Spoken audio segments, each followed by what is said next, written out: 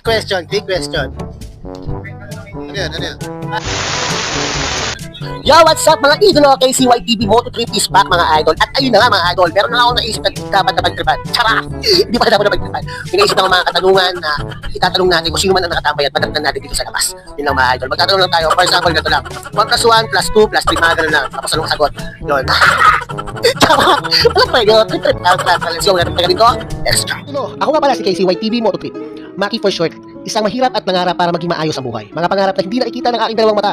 Naging tambay laman ng kalsada at binago ang buhay para sa aking mga anak. Ngayon nakikipagsapalaran dito sa social media. At kung paano ko gagawin yun, kayo na bahalang humusga. Dahil sa isang follow mo sa Facebook page ko, isang subscribe mo sa YouTube channel ko, napakalaking bagay na. Huwag na natin patagalin to mga idolo. Let's go!